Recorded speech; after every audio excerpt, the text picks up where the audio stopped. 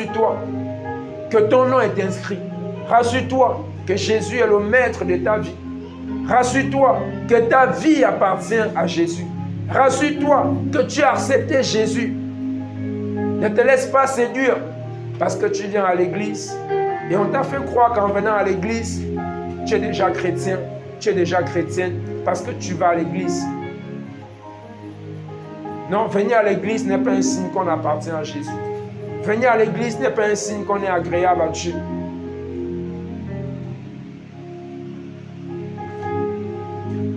Ce n'est pas un signe qu'on appartient à Jésus. Nous devons veiller parce que la fin est proche. Jésus revient. On ne connaît ni l'heure, on ne connaît ni le jour. Que chacun se prépare, que chacun prépare sa lame, que chacun lave sa robe. Et comme je le dis toujours et toujours, personne n'est arrivé. Personne n'est arrivé.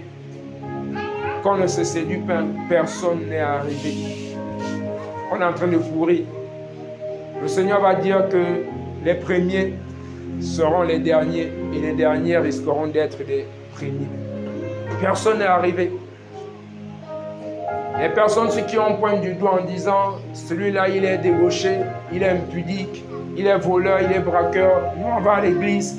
Cette personne risque de nous dévancer dans le royaume demain. Ces personnes risquent de nous dévancer dans le royaume demain. Aujourd'hui, on prend plus de temps à juger les autres et on prend moins de temps à nous préparer pour le royaume. Au point où on a fini, on a réussi à juger tellement des autres qu'on a oublié que Jésus revient. Et quand on juge les autres, au moment où la trompette sonne, on est en train de pointer du dos aux autres. Et peut-être ce dernier se repent à la dernière minute et toi, tu restes. Préparons-nous pour le retour du Seigneur. Ne cherchons pas à être des membres d'église. Ne cherchons pas à remplir les églises, remplir les bâtiments simplement. Remplissons les bâtiments, c'est une très bonne chose. La Bible va dire qu'il est bon pour les frères de demeurer ensemble. Car c'est là où le Seigneur déverse les grâces et les bénédictions en abondance. Je voudrais qu'on soit dans cette salle, même plus de 1000 personnes, même plus de 500 personnes, c'est bien, s'il y a la crainte du Seigneur dans les cœurs.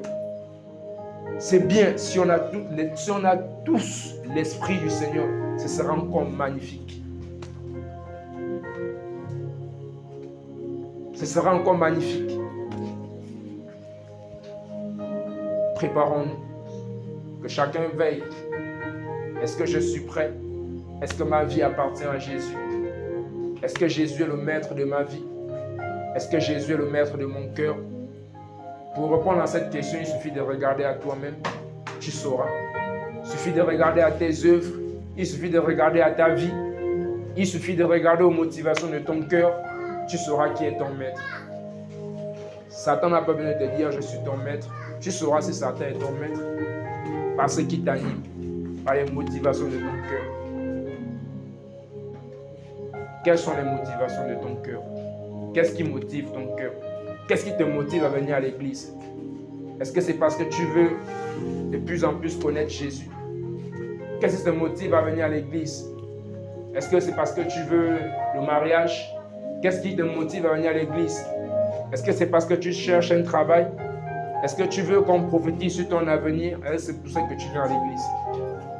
Ou même parce que tu aimes Jésus? Veillons sur nos vies. Que chacun veille sur sa vie. Moi le premier. Jésus revient. Et comme je disais, parlons à ces œuvres qui nous tiennent captifs. Nous sommes à un temps, voilà, crucial. Parlons. Parlons à ces choses. Prenons la décision. Moi je vous dis, hein, je suis tenté par beaucoup de choses, oppressé par beaucoup de choses, tous les jours que Dieu fait. Tous les jours que Dieu fait. Je me dis, si ce n'était pas Jésus dans ma vie, si Jésus n'était pas dans ma vie, je ne sais pas ce que je serais devenu aujourd'hui. C'est Jésus, c'est la grâce de Dieu. Ce n'est pas moi. Si j'étais abandonné à moi seul, je vous le dis, je ne serais plus là. Mais c'est Jésus. Un moment, on est à bout, mais le Seigneur nous tient par la main. Vraiment, c'était ça l'encouragement. Vraiment pour nous encourager, persévérons. Sois encouragé, mon frère. Sois encouragé, ma soeur. Ne laisse pas tes erreurs. Ne laisse pas ce qui peut arriver t'empêcher de chercher le Seigneur. Dans la marche avec le Seigneur, on tombe. On tombe. On trébuche. Et le Seigneur te dit, lève-toi et continue. Ne reste pas dans la même chose, mais lève-toi. Et j'aimerais vraiment interpeller quelqu'un ce soir à sortir de cette chose. À sortir de cette chose. Tu es dans un péché où tu sais que je suis vraiment dans le péché. Je vais à l'église. Je prie. Je chante. Quand on dit adorer, j'adore. Quand on dit danser, je danse. Mais tu sais que tu es dans un péché. Tu sais que tu es dans un bon péché actuellement. Il faut que tu sortes de là. Il faut que tu sortes de là. Il faut vraiment que tu sortes de là.